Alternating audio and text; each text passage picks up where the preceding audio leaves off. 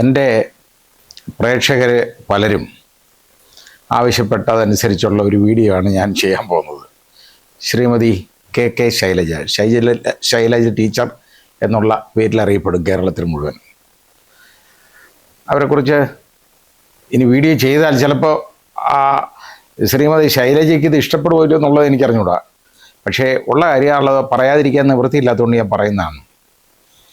ഞാനൊരു കാലത്ത് വിചാരിച്ചിരുന്നു, കേരളത്തിൽ ഇനി ഒരു വനിതാ മുഖ്യമന്ത്രി ഉണ്ടാകുമെങ്കിൽ അവരുടെ മുഖം ശൈലജ ടീച്ചറുടേതായിരിക്കും എന്ന് ഞാനും കരുതിയിരുന്നു. ഞാനെന്നല്ല, ഒരുപാട് ആളുകളും പാർട്ടി അണികളും ഒക്കെ കരുതിയിരുന്ന ഒരു കാര്യമാണ്. പക്ഷെ അതുണ്ടായില്ല എന്ന് മാത്രമല്ല, ഇങ്ങനൊരു പേര് ശൈലജ ടീച്ചർക്ക് വന്നതോടുകൂടി തന്നെ അവരെ കോർണർ ചെയ്യാനും ഒതുക്കാനുമായിട്ടുള്ള ഒരു കൺസേർട്ടഡ് ആയിട്ടുള്ള ഒരു അറ്റംപ്റ്റ്, അതായത് ഒരു ഒരു ഒരു ഒരു ശ്രമം, അതായത് കരുതിക്കൂട്ടിയുള്ള ഒരു ശ്രമം ഉണ്ടായി എന്നുള്ളതൊരു സത്യമാണ്. അത് മറ്റ് പല കാര്യങ്ങൾ കൊണ്ടാണ്. കാരണം ഇനി വേറെ ആർക്കെങ്കിലുമൊക്കെ അദ്ദേഹം ഉദ്ദേശിച്ചിരിക്കുന്ന ആളുകൾക്കൊക്കെ ഇത് കൊടുക്കണം ഈ സീറ്റ്, അല്ലാതെ ഇങ്ങനെ ഈ ശൈലജ ടീച്ചർ അങ്ങനെ കയറി വരേണ്ട കാര്യമൊന്നുമില്ല എന്നുള്ള ഒരു കരുതലായിരിക്കാം. ആരോഗ്യരംഗത്ത് കേരളത്തിൽ ഒരു വലിയ ചലനങ്ങളുണ്ടാക്കിയ ഒരു മന്ത്രിയായിരുന്നു ശൈലജ ടീച്ചർ. അതിന് സംശയമൊന്നുമില്ലാത്ത കാര്യമാണ്. ഇപ്പം നിപ്പ വൈറസിൻ്റെ ആ അറ്റാക്ക് വന്നു കഴിഞ്ഞപ്പോൾ അവർ കൈമയും മറന്ന് രംഗത്തിറങ്ങിയതാണ്.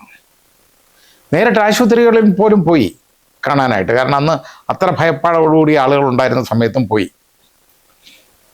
അതുപോലെ തന്നെ കോവിഡിൻ്റെ കാലത്ത് ഒരുപാട് വലിയ പ്രവർത്തനങ്ങൾ ചെയ്തു. കേരളത്തിന് ഒരു വലിയ ഖ്യാതി തന്നെ ഉണ്ടായി. അപ്പോൾ ഇതെല്ലാം ഉണ്ടാക്കിയെടുത്തത് ശൈലജ ടീച്ചറാണ്. പക്ഷേ ഈ കറിവേപ്പില എന്ന് പറയുന്ന ഒരു സാധനം ഉണ്ടല്ലോ, നമ്മൾ കറിയിലൊക്കെ ഇടും. അത് കറിക്ക് ഒരു മണവും ഗുണവും ഒക്കെ കിട്ടാനായിട്ട് ഈ കറിവേപ്പില വേണം. പക്ഷേ ഇത് കഴിയുമ്പോൾ എടുത്ത് അങ്ങ് ദൂരെ കളയും. അതിനാൽ കറിവേപ്പില പോലെ എടുത്ത് കളയുന്നു എന്ന് പറയുന്ന പ്രയോഗം അതാണ് നമ്മളിവിടെ കാണുന്നത്. അപ്പോൾ ഈ കഴിഞ്ഞ പ്രാവശ്യം ആദ്യത്തെ, അതായത് ഒന്നാം പിണറായി സർക്കാർ വന്നതിന് ശേഷം വളരെ വലിയ മാറ്റങ്ങൾ ശ്രീമതി കെ ശൈലജ ഉണ്ടാക്കിയെടുത്തു. ആ ടീച്ചറുടെ ആ ശ്രമം എന്ന് പറയുന്നത് വളരെയധികം പ്രതിഫലിച്ചു. അതായത് രണ്ടാം പിണറായി സർക്കാരിൻ്റെ കടന്നുവരവിന് വേണ്ടി വളരെയധികം, അതായത് അവരാണ് യഥാർത്ഥത്തിലെ മൂല കാരണം എന്ന് പറയുന്നത് ശൈലജ ടീച്ചർ തന്നെയാണ്, വേറെ ആരുമല്ല.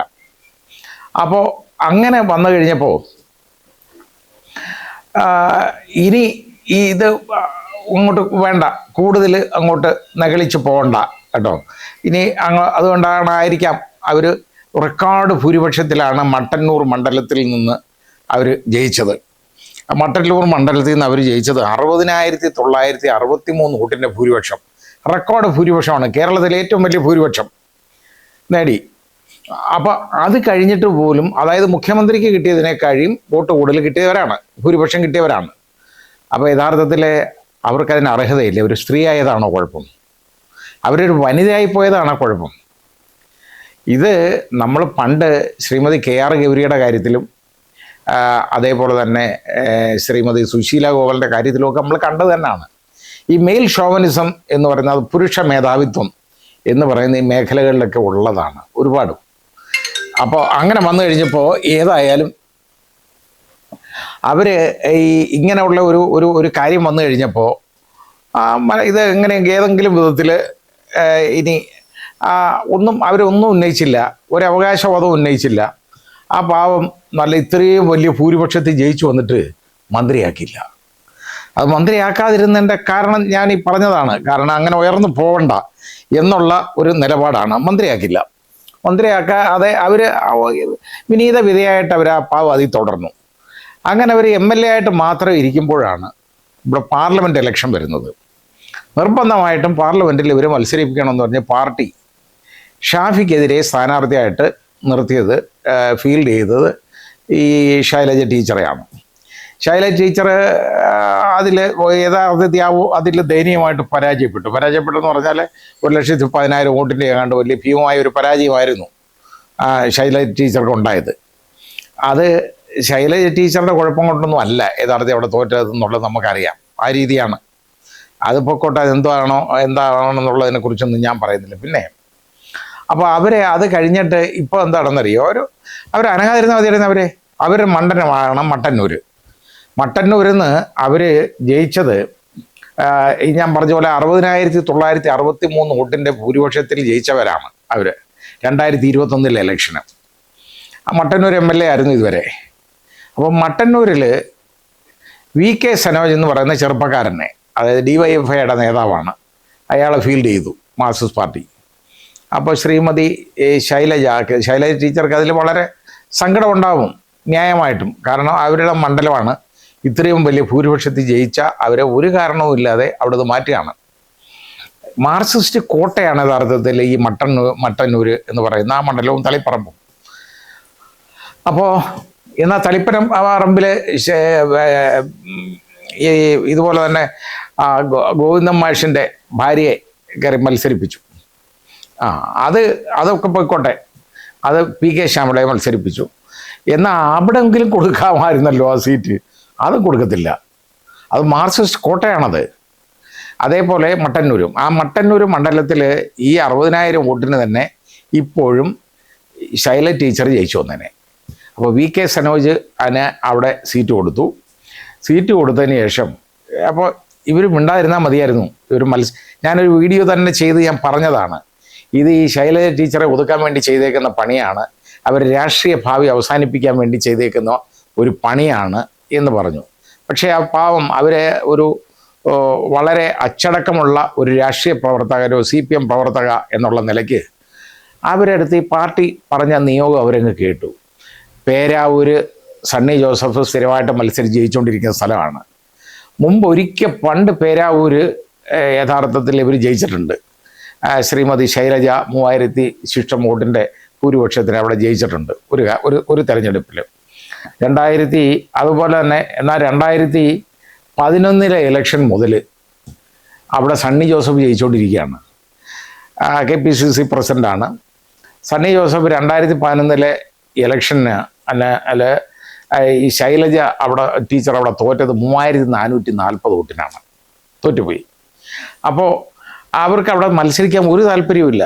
കാരണം സണ്ണി ജോസഫ് KPCC പ്രസിഡൻ്റാണ്, പോരെങ്കിൽ ഇങ്ങനെ ഈ രീതിയിലുള്ള പ്രവർത്തനങ്ങളൊക്കെ അവിടെ നടത്തുന്നു. അങ്ങനെ വന്നു കഴിഞ്ഞപ്പോൾ പേരാവൂര് കൊണ്ടുവന്ന് ഇവരെ മത്സരിപ്പിക്കാനായിട്ട് തീരുമാനിച്ചു.